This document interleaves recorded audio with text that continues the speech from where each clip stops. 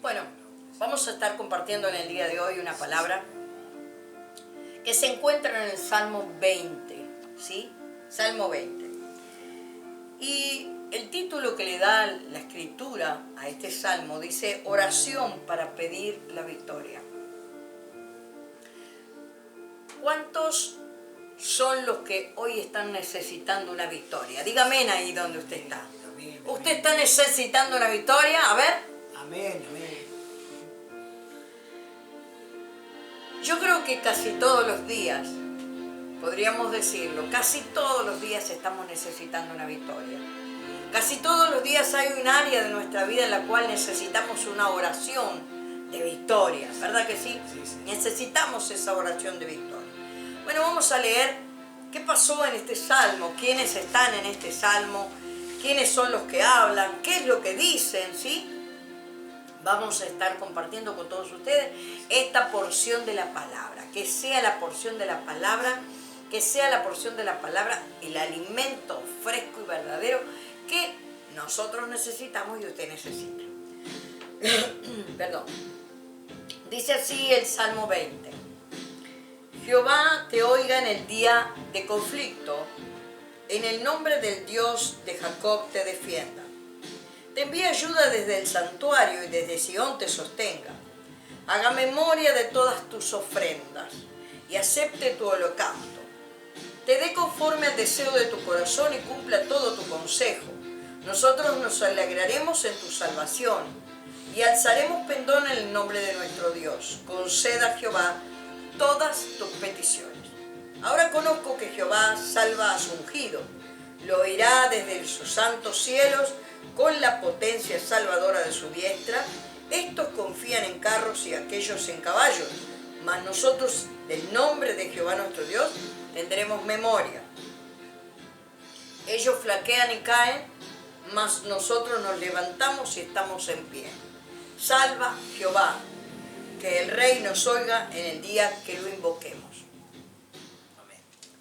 En el primer versículo que está hablando allí, que Jehová te oiga en el día del conflicto, el nombre del Dios de Jacob te defienda. ¿Qué encontramos aquí? Bueno, no es David el que está hablando, ¿sí? Es el pueblo, son varones, tal vez los ancianos, el grupo de tal vez el ejército de él. No especifica quiénes eran los que estaban hablando y haciendo esa oración por el rey. Pero los primeros versículos, hasta el 5, es el pueblo que está hablando al rey, ¿sí? Y encontramos que ellos le dicen que hay una oración, ¿sí? Dice, ellos hacen una oración para que el deseo, ¿sí? El deseo que tiene el corazón, el reina en su corazón, ¿sí? El Señor lo esté escuchando. El Señor, en ese día difícil, en ese día Él te conteste. Le dice, este pueblo le dice al rey, Señor, que en este día el Señor te escuche. Que en este día el Señor te conteste. En este día el Señor te defienda.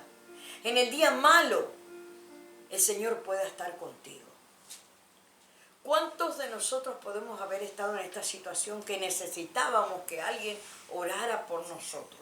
Porque estábamos en un día difícil, en un día de conflicto, en un día de aflicción, en un día de problema, en un día en lo cual necesitábamos la oración de otros. Aquí el rey David no dice si estaba triste o no, pero el pueblo estaba orando por su rey. El pueblo estaba pidiendo por su rey que el Señor pudiera contestar y oír lo que él tenía en su corazón. Verso 2. Le dice, te envíe ayuda desde el santuario y desde Sión te sostenga. El deseo de ellos era que Dios enviara su ayuda desde el mismo trono y desde la ciudad, porque Sión es ciudad de Dios, Sión era la ciudad de David. Entonces el anhelo y en la oración que ellos estaban haciendo, era que que el Señor enviara la respuesta desde el mismo santuario, enviara desde la misma ciudad aquella respuesta a aquel varón. Verso 3. Haga memoria de todas tus ofrendas y acepte tu holocausto. Haga memoria de todas tus ofrendas. Y aquí nos vamos a detener un momento y vamos a ver dos versículos en el Nuevo Testamento, ¿sí?, que hablan de la ofrenda. El pueblo estaba diciéndole a Dios, haga memoria, Señor, de sus ofrendas y de sus sacrificios. Entonces, queremos enfocarnos en saber hasta dónde es importante la ofrenda. Vamos a ir a Mateo 5, 23. Vamos a estar leyendo Mateo 5, 23. Vamos a pedir al pastor que lo lea. Espera un poquito que lo tengan.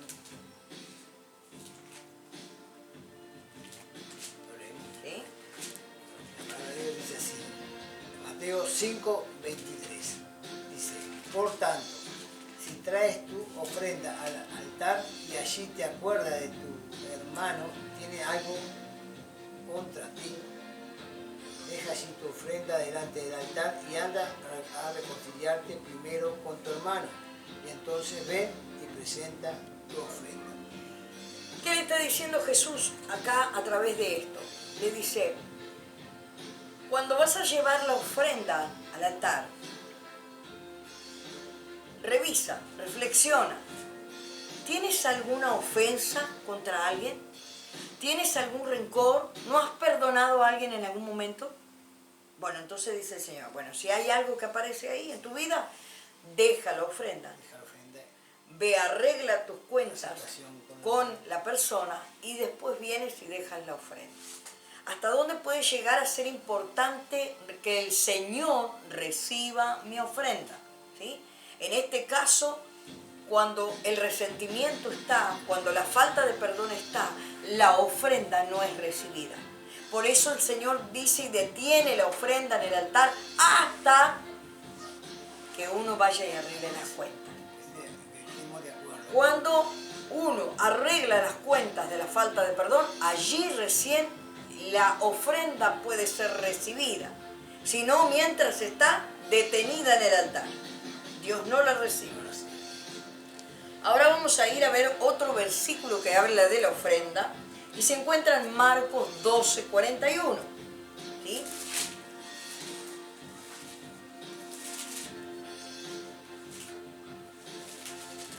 Bendecida noche, tarde, Marta Molina, la profeta Marta, nuestra mamá espiritual. Silvia también está conectada por ahí, bendiciones. No tengo. Bueno, leemos Marcos 12, 41. Marcos 12, 41, dice así la palabra. Estando Jesús sentado delante del arca de la ofrenda, miraba como el pueblo echaba dinero en el arca, y muchos ricos echaban mucho. Y vino una viuda pobre y echó 2 blancas, o sea, un cuadrante. Hasta ahí. Aquí encontramos que Jesús estaba en el templo y dice que él estaba en el lugar donde las ofrendas se dejaban. Y vio las ofrendas de los ricos y vio las ofrendas de una mujer pobre. Él estaba observando las ofrendas. Entonces, cuando nosotros en el Salmo 20 encontramos que el pueblo está orando para que a David se le tomen en cuenta las ofrendas y los sacrificios que él hacía, quiere decir que el pueblo de Israel sabía desde la antigüedad que la ofrenda es importante. Ahora, no es solamente del Antiguo Testamento, Jesús en el Nuevo Testamento encontramos esas dos cosas que son importantes. ¿Nuestra ofrenda es importante? Sí, mi ofrenda es importante y tu ofrenda es importante. ¿Tu ofrenda es recibida o no es recibida? ¿Sí? Ahora, yo debo saber que mis sacrificios, como decía, porque hablamos de la ofrenda, pero ¿qué de los sacrificios? En aquel tiempo se hacían sacrificios de holocausto por el perdón de pecados. Hoy no necesitamos hacer un sacrificio de un animal para liberarnos del pecado, porque Cristo ya pagó el precio por nuestra redención. Pero ¿de qué sacrificio puede estar hablando el Señor? ¿Cuál es el sacrificio que nosotros hacemos? Muchas veces son tu propio servicio, el sacrificio y el tiempo que tú le das. A veces el tiempo que tú dispones para Dios, para ti es un sacrificio porque no tienes tiempo, porque hay muchas tareas, porque hay muchas horas, mucho trabajo y no tienes tiempo. Entonces tienes que sacrificar de tus momentos y tiempos para servir al Señor. Mire qué importante es esto de que mis sacrificios sean importantes también. ¿Por qué? Porque en el momento de la aflicción, en el momento de la prueba, en el momento en el cual yo necesito tener un haber en mi vida, ¿de dónde nosotros podemos recurrir en la oración? A decirle, Señor, acuérdate de mis ofrendas, acuérdate de mis sacrificios, porque necesito que tú me respondas, necesito que tú me defiendas. Ya no solamente es amar a Dios con todo el corazón y que Dios lo sepa, como hacía David. David era un hombre que se arrepentía, David era un hombre que amaba a Dios, David era un hombre que entregaba todo. Pero he aquí que también en David eran importantes los sacrificios y la ofrenda. Así como en tu vida y en la mía son importantes. No es solamente amar a Dios, tener fe, saber que le hayas, no. Si dice que también la ofrenda y el sacrificio que yo hago es importante.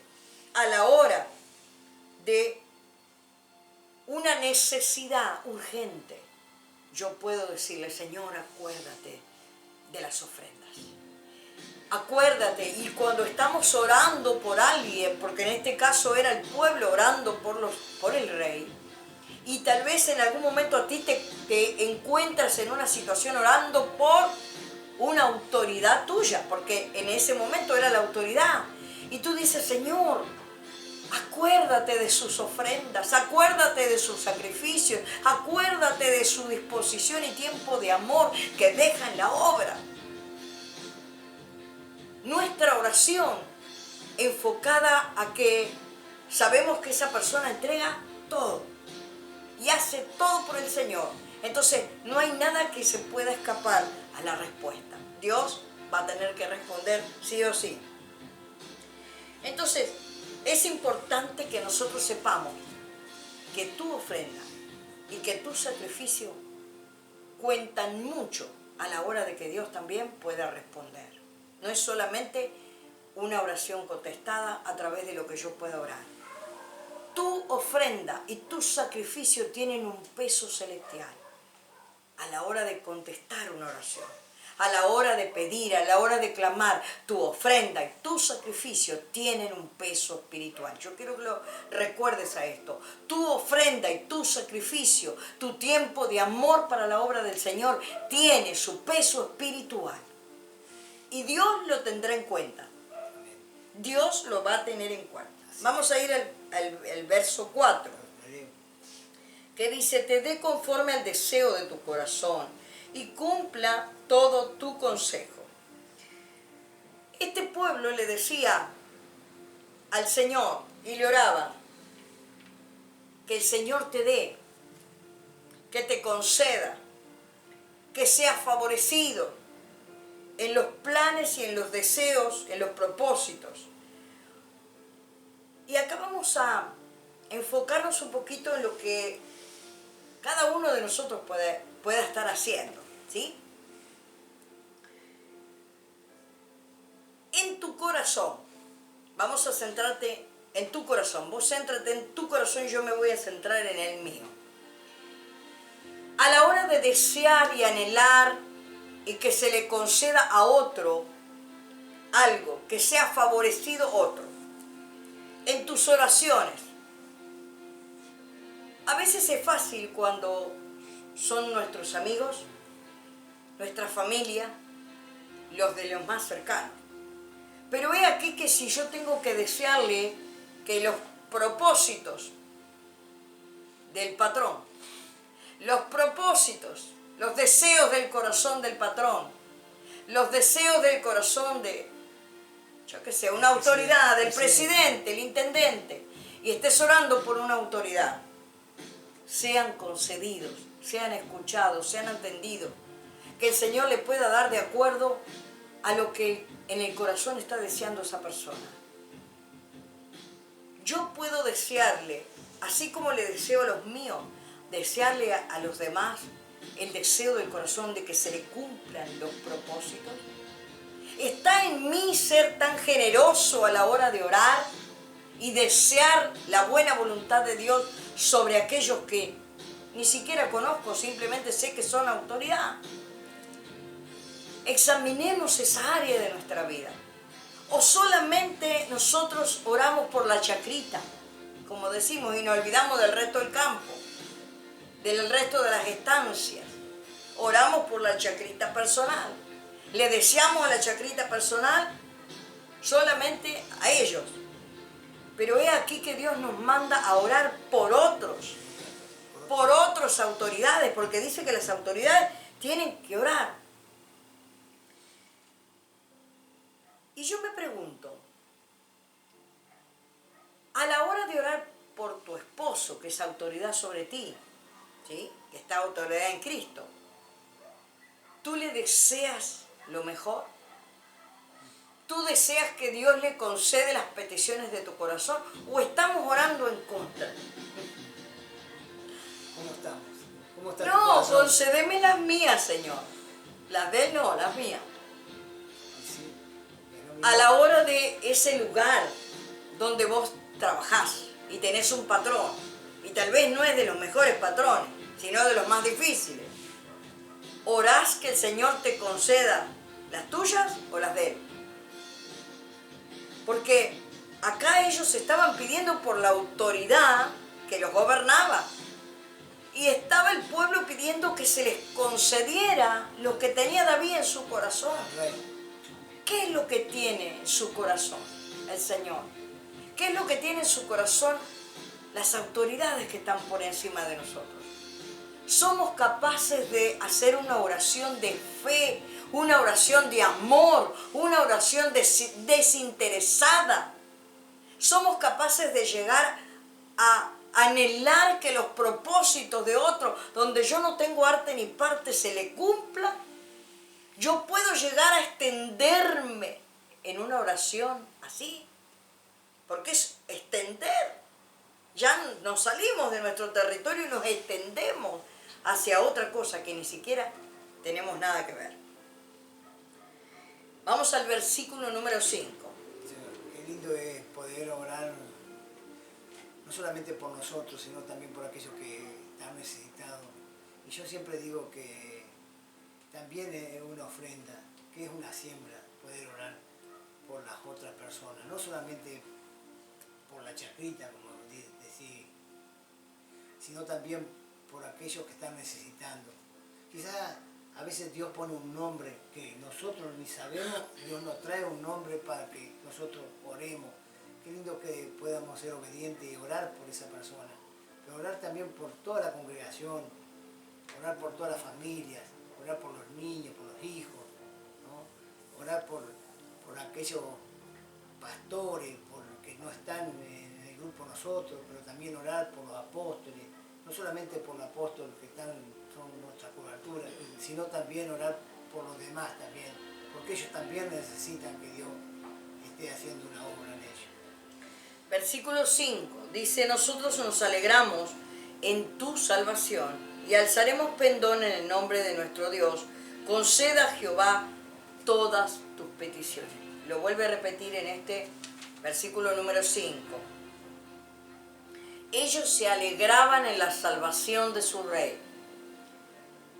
Ellos alzaban en ese regocijo, en esa alegría, pendón. Dice que pendón significa una bandera, un estandarte. Hacían tal vez manifestaciones de júbilo, de fiesta, porque en el nombre del Señor ellos se estaban alegrando. Amén. No estaban levantando banderas del fútbol, ni del básquetbol, ni de otra cosa, no. Estaban levantando estandartes sin banderas en el nombre del Señor, ¿sí?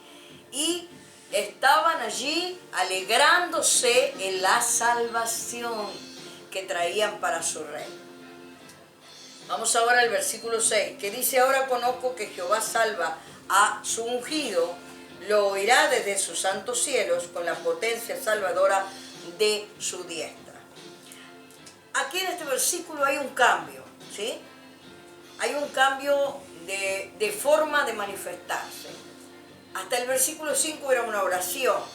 Ahora a partir del versículo 6 hay una afirmación, una declaración de quién es el Dios que pertenece el pueblo y el rey.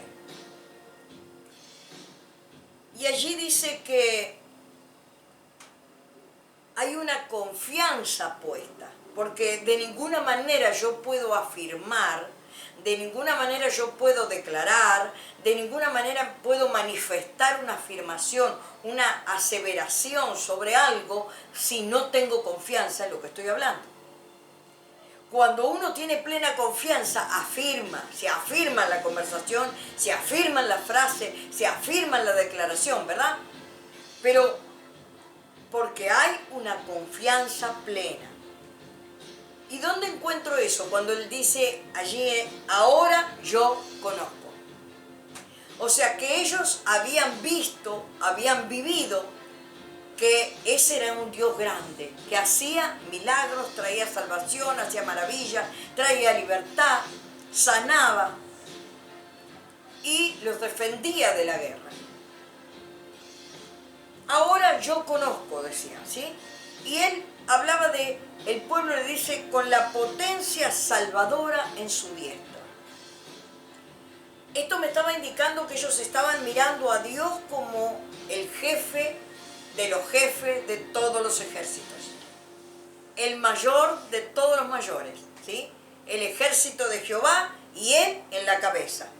Porque la diestra potente del Señor, ¿quién la va a sostener? ¿Quién la puede detener?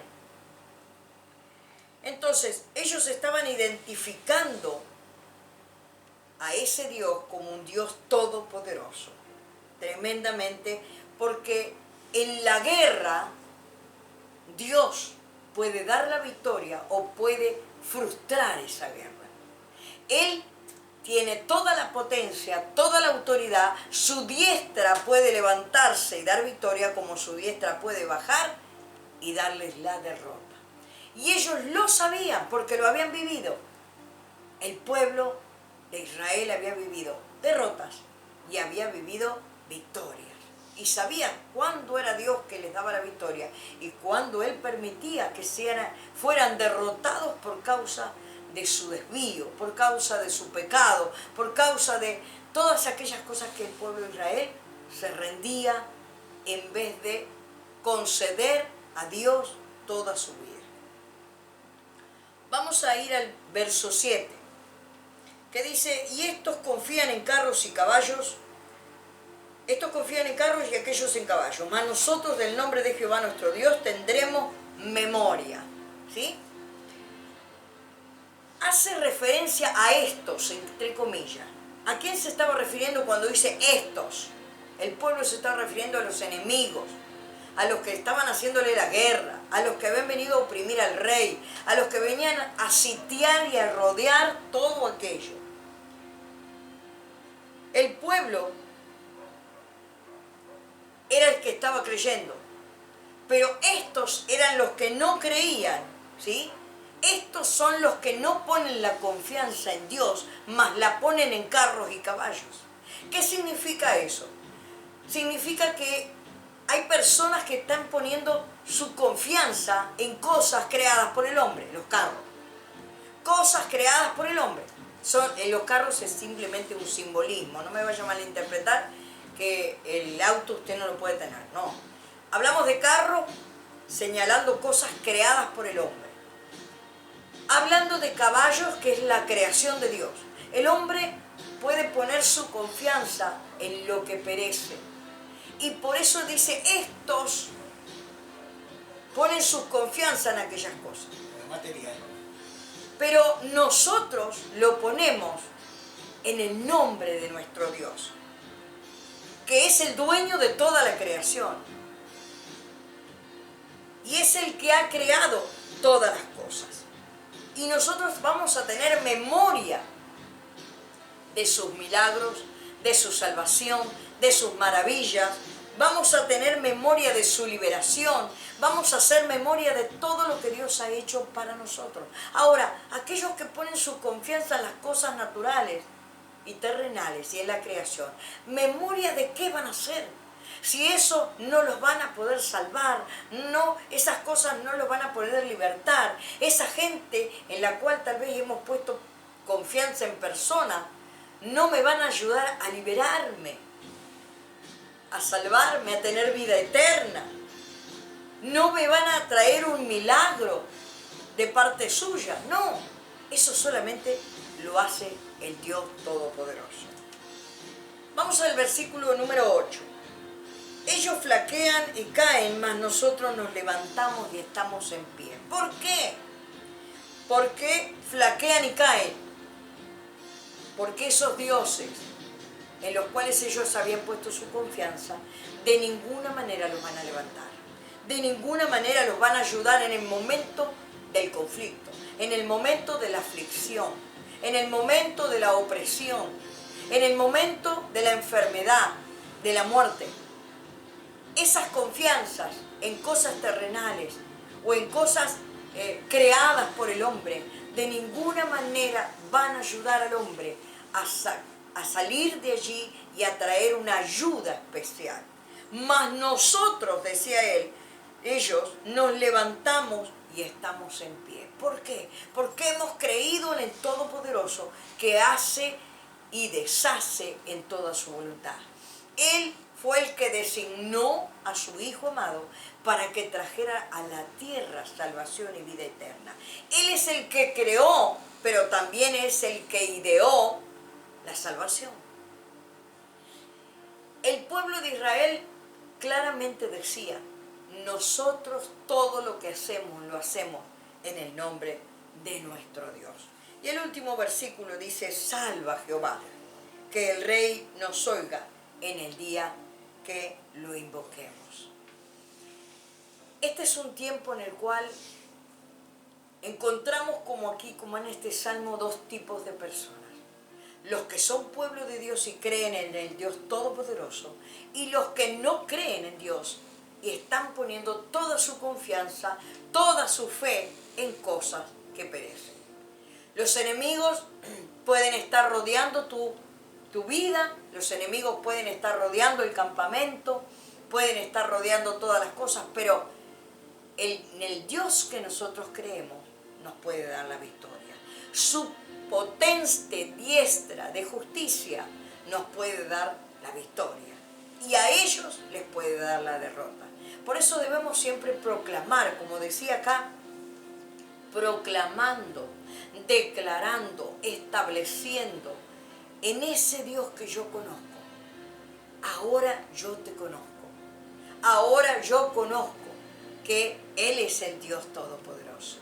No es solamente en una oración de deseo, sino que ellos transformaron aquella oración de deseo en una declaratoria de fe, en una declaratoria potente, en una declaración profética de saber, establecer, declarar que su Dios es un Dios todopoderoso.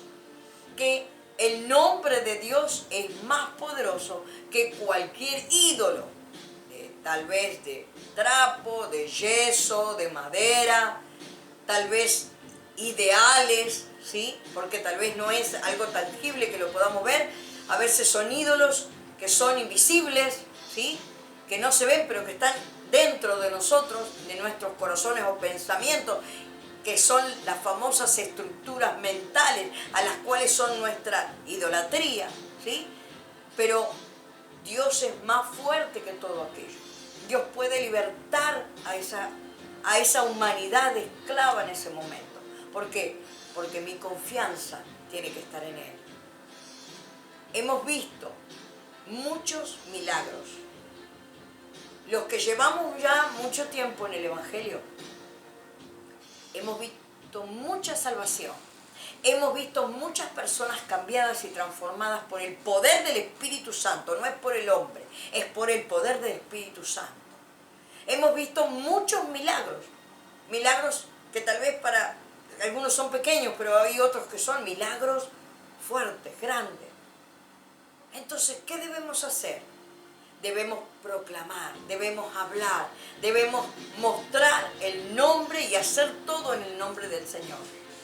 Porque este tiempo es en el que tenemos que glorificarlo a Él, porque su diestra de justicia